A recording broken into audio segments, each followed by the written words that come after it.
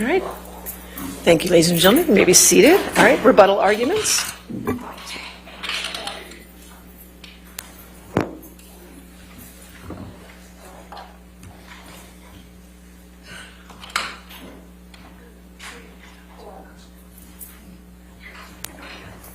Hello?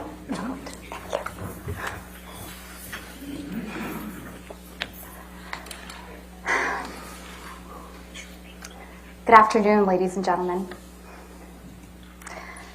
Ms. Heard's counsel has mischaracterized the record multiple times, and Ms. Heard lied to you. They've mischaracterized the testimony of police officer Sines and Haddon, who explicitly testified that they saw no signs of injury and no property damage. They mischaracterized the testimony of Walter Hamada, who testified clearly that there was no impact on Ms. Heard's career at Aquaman 2 from anything said by Adam Waldman or Johnny Depp. And Ms. Heard's casting was delayed because of creative issues. They've mischaracterized the testimony of Detective Sadaga. They mischaracterized the testimony of Ronald Schell. You've been here. You've listened to the testimony. You know the record. Ms. Heard lied, and she lied again, and she kept lying.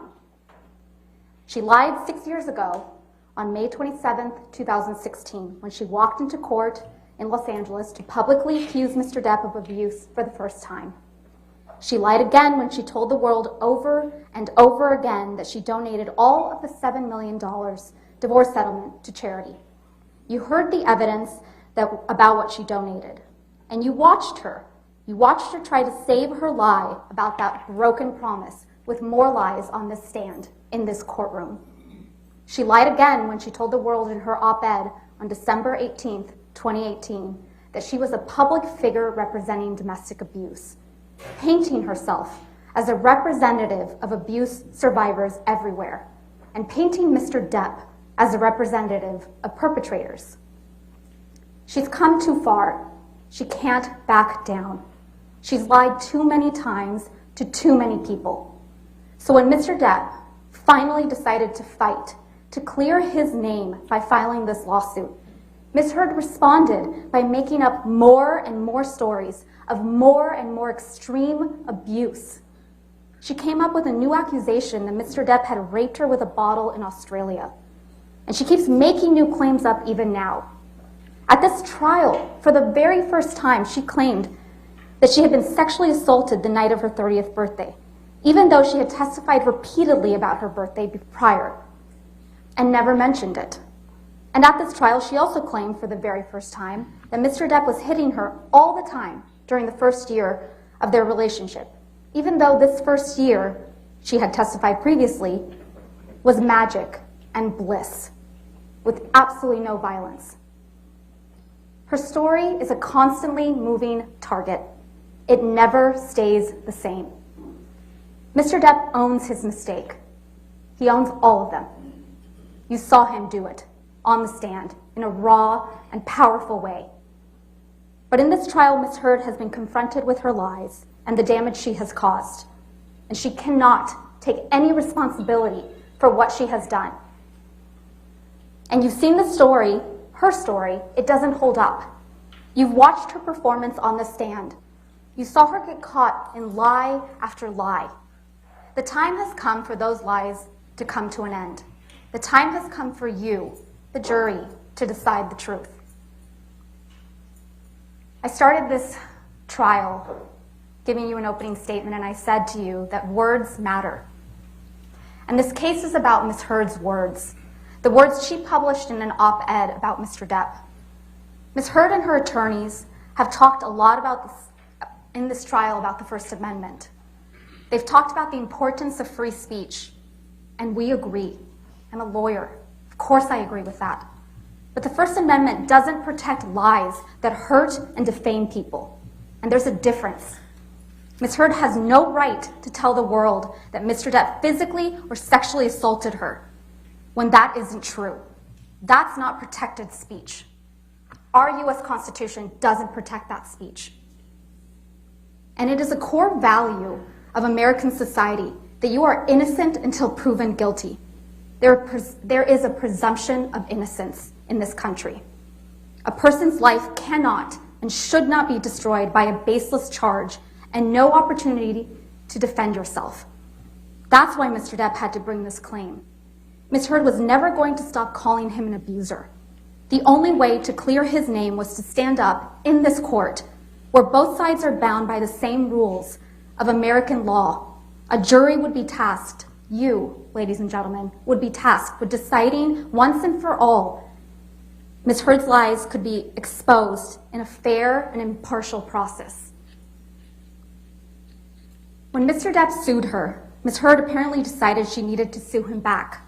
And because there were no statements made by Mr. Depp on which she could base the claim, she sued him based on statements made by one of his lawyers, Adam Waldman, calling Ms. Heard's accusations of abuse a hoax. Make no mistake, though, they are a hoax. Ms. Heard made up claims of abuse, and then she gave a performance where she passionately repeated those made-up claims of abuse on the stand in front of each of you. But ask yourselves, who's really the one alleging a hoax here? Who wants you to believe that everyone else is lying, committing perjury? Ms. Heard needs you to believe that all the people who showed up in this courtroom to testify on behalf of Mr. Depp, they're all lying. She needs you to believe that the witnesses you heard from, including security professionals, former cops, medical professionals, and police officers, they're all lying, covering up for Mr. Depp. She's asking you to believe that she's the one telling the truth and that the rest of the people in Mr. Depp's life are all part of a conspiracy of silence. This case is not just about whether you believe Mr. Depp or you believe Ms. Heard. This case is about whether you believe Ms. Heard or whether you believe Mr. Depp, Christy Dombrowski, who, yes, is here, supporting her brother. Isaac Baruch, who wept in front of the world. Keenan Wyatt, who doesn't work for Mr. Depp. Sean Betts, a former LA Sheriff's Department. Malcolm Connolly, he worked in the prisons in the UK. Starling Jenkins, a former US Marine. Travis McGivern, also another former police officer. Ben King, he worked for the Queen of England. David Kipper, Dr. David Kipper. Ms. Heard's doctor. And yes, Mr. Depp's doctor. Debbie Lloyd, a nurse. Aaron Filati, Ms. Heard's personal nurse. Officer Sines, an LA police officer with training in domestic violence. Officer Haddon, her understudy, yes, in his first week, studying to pick up on these signs of domestic abuse. Officer Gatlin, Brandon Patterson, who worked at Eastern Columbia Building. Kate James, Ms. Heard's former personal assistant. Tara Roberts. Alejandro Romero. He took his deposition from his car because he had to go to work, but it didn't stop him from telling the truth. Edward White, Mr. Depp's business manager. Laura Wasser, one of the most famous divorce lawyers in California. Morgan Knight. Beverly Leonard. Morgan Tremaine. And Kate Moss. And all the other witnesses whose stories support Mr. Depp's description of what took place. These people have nothing to gain by coming forward. They have everything to lose. You have seen Mr. Waldman's statements and evidence in this case. When you look at them, you can tell that the key point Mr. Waldman was making in each of these statements was simply that Ms. Heard's accusations against Mr. Depp were lies. That's why he talks about an abuse hoax. Now, Ms. Heard has the burden of proof of proving that Mr. Waldman's statements are false. And that means that Ms. Heard has to do more than prove that Mr. Waldman got some details wrong. She has to prove that Mr. Waldman's statements are false in their essential meaning. In other words, she has to prove that her abuse claims are not a hoax. But as we've seen, the evidence is overwhelming that Ms. Heard's claims of abuse are false. We should also spend a bit of time talking about actual malice. It is Ms. Heard's burden to prove that Mr. Waldman's statements were made with actual malice. And actual malice means knowledge that the statements were false or reckless, and that's an important word, reckless disregard for the truth. But here, there is clear evidence that Mr. Waldman genuinely believed that Ms. Heard had committed a hoax. You watched him give the testimony by deposition in this case. He testified about the evidence he found persuasive, the numerous witnesses and the sworn depositions of the police officers who went to the penthouses that night and again saw no injuries. There is no evidence in this record, none, that Mr. Waldman acted with actual malice. He believed Mr. Depp. He believed the record. It's also important to understand that because Mr. Waldman's statements were not made by Mr. Depp, Ms. Heard needs to prove that Mr. Waldman was acting as Mr. Depp's agent. And within the scope of that agency, within the scope of the agency of the employment, when he made the statements, Mr. Waldman is a lawyer. Ms. Heard has not presented evidence that making those statements was part of Mr. Waldman's responsibilities as Mr. Depp's lawyer. There's nothing in the record. Ms. Heard is also claiming to be suffering from PTSD and claims that she has something to do with Mr. Waldman's statements. Ms. Heard wants you to believe that she suffers from PTSD because Mr. Depp purportedly abused her. But as usual, Ms. Heard is not telling the truth. As you heard from Dr. Shannon Curry, Ms. Heard does not have PTSD, and she does not act like a person with PTSD. Ms. Heard is an actress in a major film, involved in sommelier training. She just had a baby.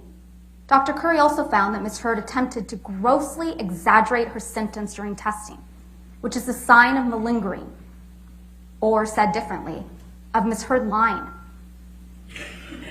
Ms. Heard hired Dr. Don Hughes to help her with this narrative. Dr. Hughes did not catch Ms. Heard's exaggeration during testing because Dr. Hughes used an improper malingering screen test. She wasn't going to find it. One that is meant to identify an examinee's attempt to fake a severe mental illness or psychosis, not PTSD. Dr. Hughes diagnosed Ms. Heard with PTSD without administering the gold standard diagnostic test used for PTSD.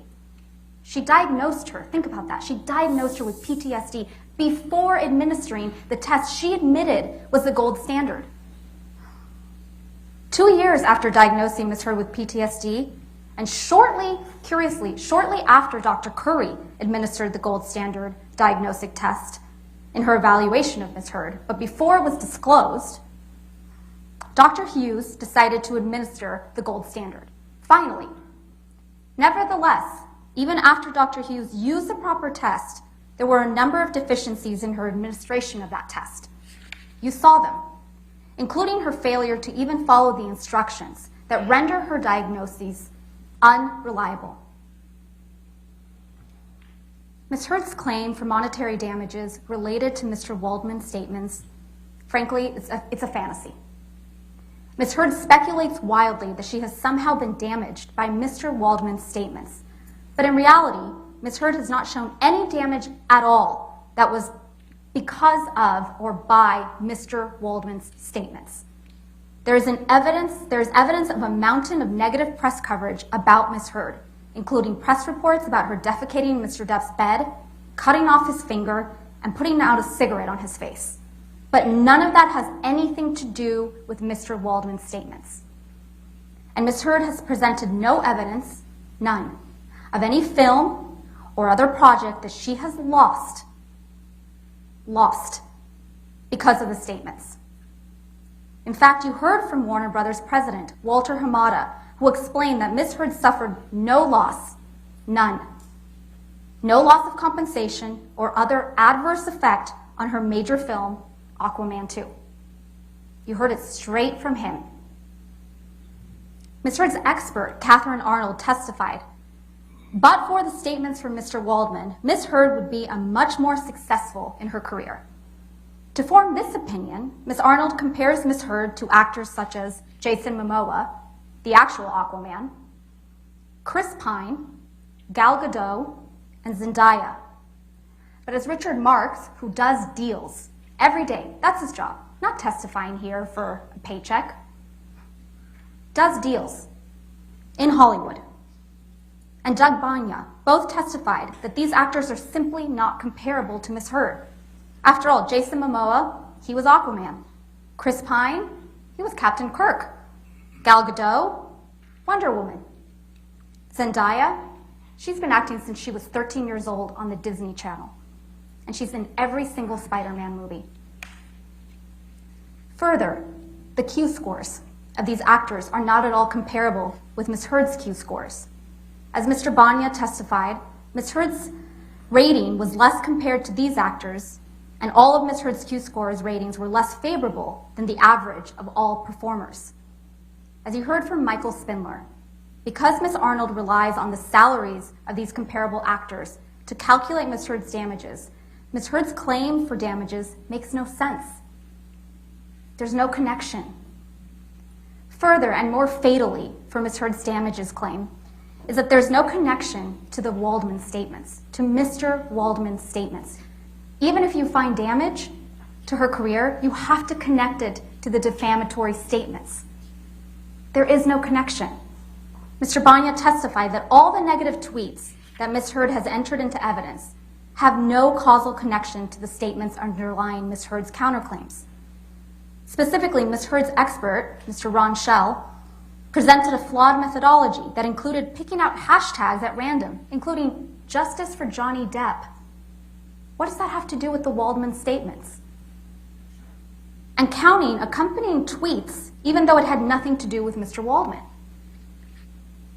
Miss Heard's counterclaim is based on statements by Mr. Waldman, not Mr. Depp. Miss Heard knows perfectly well that she hasn't suffered any damages from those statements, buried at the bottom of articles in a mere tabloid, the Daily Mail.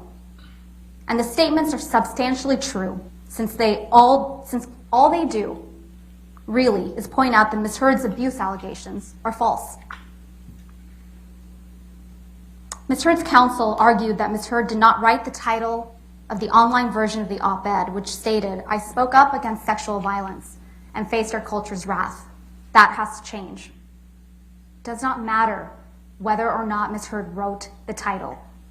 You will recall from the court's instructions this morning that what matters is whether Miss Heard republished the defamatory language. That instruction states in part that you should find Miss Heard republished this article if she, quote, retransmitted the defamatory material with the goal of achieving a new audience. Stated differently, republication occurs when the speaker has affirmatively, that's important, affirmatively reiterated the statement. Ms. Heard affirmatively reiterated the statement. She posted it on her Twitter. If we could please pull up Plaintiff's Exhibit 3.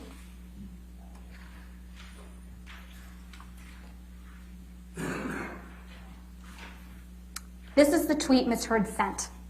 She retweeted the Washington Post tweet to a new audience, her own Twitter followers. And she affirmatively reiterated the statement by proudly declaring, "Today I published this op-ed in the Washington Post." She didn't quibble with the title. She said proudly, "Today I published this op-ed in the Washington Post." The title of the op-ed was prominently displayed in the tweet. That is enough for you, members of the jury, to find that Ms. Heard republished the title of the op-ed and adopted the statement as her own. She can and should be held liable and responsible for that statement. Ms. Heard tries to make something out of the fact that Mr. Waldman reported her to law enforcement in Los Angeles for perjury after her allegations of abuse were made against Mr. Depp. But I'll submit to you that all this proves is that Mr. Waldman believes Ms. Heard has committed perjury. Mr. Ronborn argued that the lack of supporting evidence for Ms. Heard's allegations of horrendous, constant abuse is somehow not something to be considered. That it is shameful for you to consider the fact that she didn't document all the terrible injuries that she claims to have suffered. That is a twisted argument. First, you know, because you have seen and listened to Ms. Heard in action, that Ms. Heard is a woman who's documenting things throughout their relationship. And it is instructive that the things she chose to document had nothing to do with violence. She documented Mr. Depp sleeping. She documented lines of cocaine, featuring prominently Mr. Depp's loan-out company or production company, Infinitum. Stage photographs, that's what she documented. Mr. Rottenborn's entire argument assumes that Mr. Depp, a man, should be disbelieved because despite the fact that Ms. Heard can't support her accusations with actual evidence. What we have put to you, the jury, is not that because Ms. Heard didn't take enough pictures or tell people about abuse that it didn't happen. What we have put to you is that given how brutal and constant the abuse Ms. Heard claims, she would have had serious injuries. That's a fact. She would have had serious injuries that would have been observable in the pictures we looked at and by the witnesses we heard from, and would have required medical attention. That's it. Ms. Heard testifies to injuries that multiple people didn't see. What you have in the end is Ms. Heard's word. Do you trust it? We are not here because Ms. Heard told the world Mr. Depp was verbally abusive. This is not about the words used by Mr. Depp. We are here because Ms. Heard told the world that Mr. Depp was physically and sexually abusive. That's what Ms. Heard was saying in the op-ed. On May 27th, exactly 6 years ago today, 2016, Ms. Heard walked into court with a mark on her face to tell the world that her husband was abusive. She renewed that falsehood in her op-ed, describing herself as a public figure representing domestic abuse. And she published the op-ed, including the title, claiming that she spoke up against sexual violence. Everyone knew who she was talking about when she used those words. She was alleging physical and sexual abuse. She was not alleging emotional or psychological abuse. She was alleging physical and sexual abuse. Ms. Heard cannot run away from her own allegations now. You have all heard the evidence of what she alleged against Mr. Depp in 2016, and you have all heard her incredibly dramatic, over-the-top story of physical and sexual abuse. That story was a defamatory lie. Ms. Heard tried to argue that you only need to find that Mr. Depp might have touched Ms. Heard once in order to find in her favor, because that makes her a victim of abuse. But common sense should tell you that you can't pick and choose Ms. Heard's allegations. You saw her on the stand. We all did. She gave the performance of her life, telling you story after story of abuse. And not just any abuse, but extravagant, over-the-top allegations of abuse that would be truly brutal, horrific, if true. You either believe all of it, or you believe none of it. Either she's telling the truth, including in her most extreme allegations, or she's lying. Either she was raped by a bottle, or she's the sort of person who would get on the stand in this courtroom and lie to you and the world about being raped. And if she would lie about that, what wouldn't she lie about? You can't find that Mr. Depp hit her once. Either he hit her countless times, or you can't believe a single word that comes out of her mouth. And what is the actual meaning of Ms. Heard's op-ed? That's an important question. It's not that Mr. Depp said a nasty word to her once. It's not that Mr. Depp might have hit her once. It's that she is a representative of domestic abuse. And by extension, Mr. Depp is a representative of abuse perpetrators. Words matter. Ms. Heard has shown you a lot of text messages from Mr. Depp with some very vivid language. As I told you at the start of this trial, Mr. Depp has a unique style of writing. He uses words I don't use. And you probably don't use either. But as you also heard during this trial, Mr. Depp writes in that way, in part because he modeled his writings on literary giants like Hunter S. Thompson, and he's got a dark sense of humor. It's not everyone's cup of tea, but it's who he is.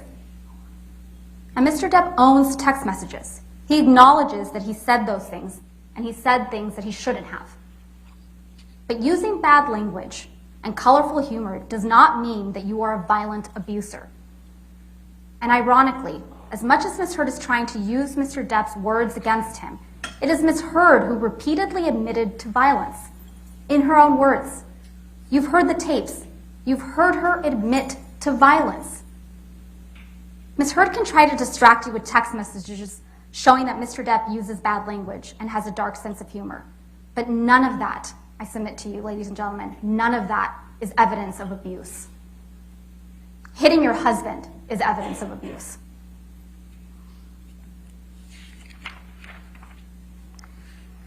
Mr. Ronborn talked about the burden of proof. Let's talk about that for a minute. Mr. Depp only has to show that it is more likely than not, that the statements in the op-ed are false, that it is more likely than not that they have a defamatory implication, that it is more likely than not that Ms. Heard designed and intended the statements to refer to Mr. Depp. And the evidence on these points is clear. Ms. Heard made these allegations 6 years ago today, May 27th, 2016. She went out of her way to make them public, tipping off TMZ. When she published the op-ed, she was reminding everyone in Hollywood and the world of her abuse claims. And those claims are a lie. Consider what the true purpose of the article. Mr. Ronborn said it was to promote legislative reforms. But what was it actually? The evidence shows it was to promote Ms. Heard. It was timed to be released at the same time as Aquaman on December 21st, 2018. And it was timed to coincide with her announcement of her ambassadorship at the ACLU for women's rights. That's not a coincidence. It was designed that way. That was not a statement about legislative reforms. This was about burnishing Ms. Heard's reputation at the expense of Mr. Depp's. It was about Ms. Heard continuing to portray herself as a heroic survivor of abuse. And on the question of actual malice, that just means whether or not Ms. Heard knew the allegations were false.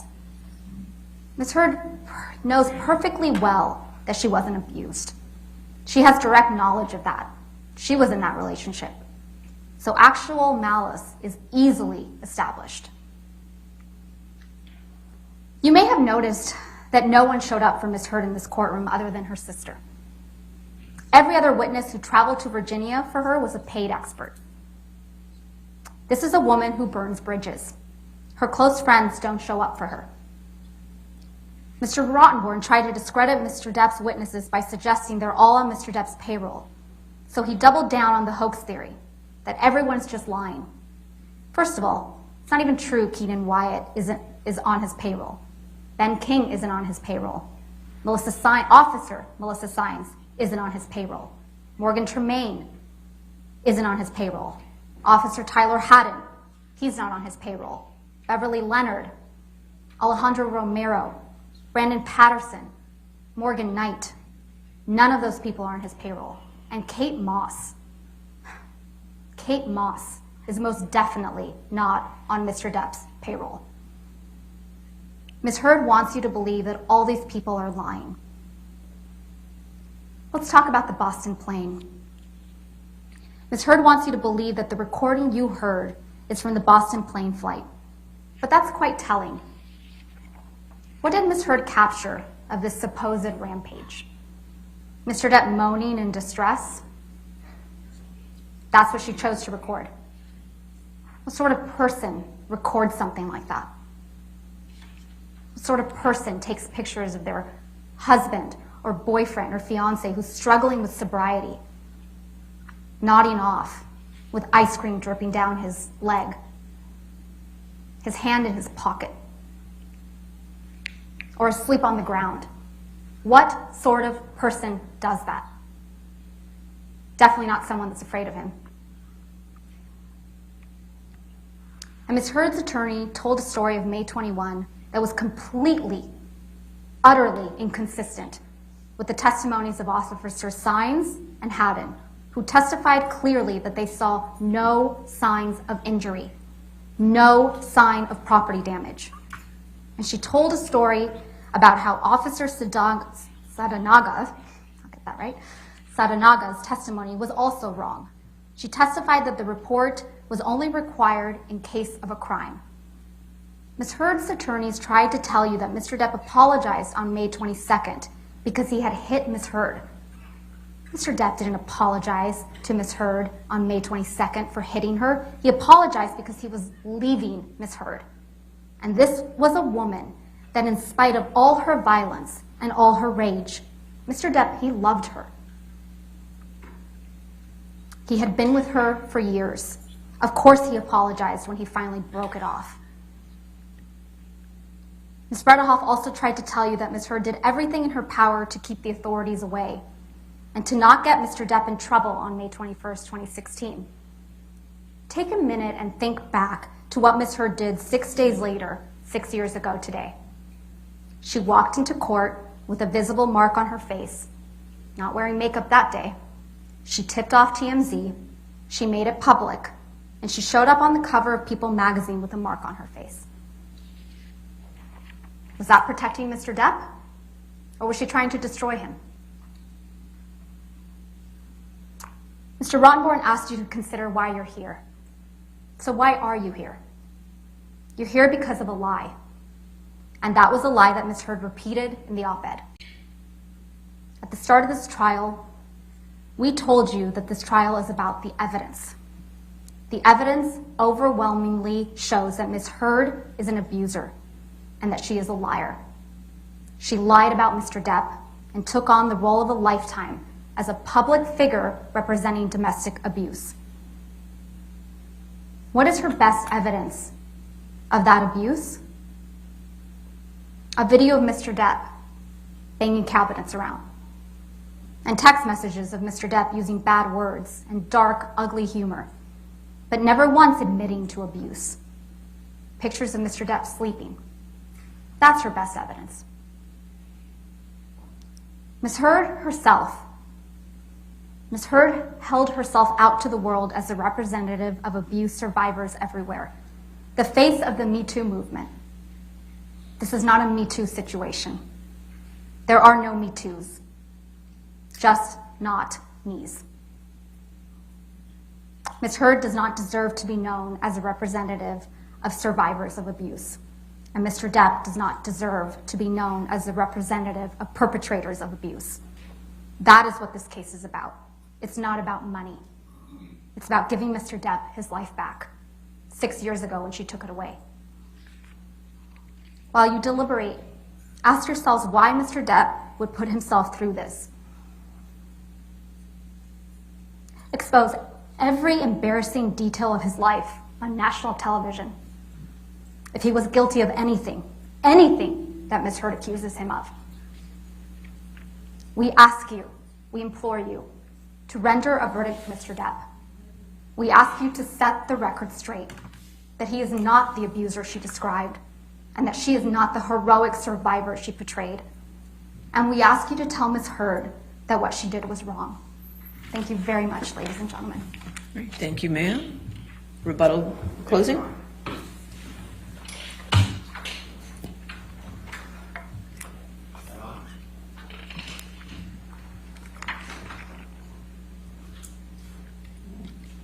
How about that? Yes. Yep. Thank you.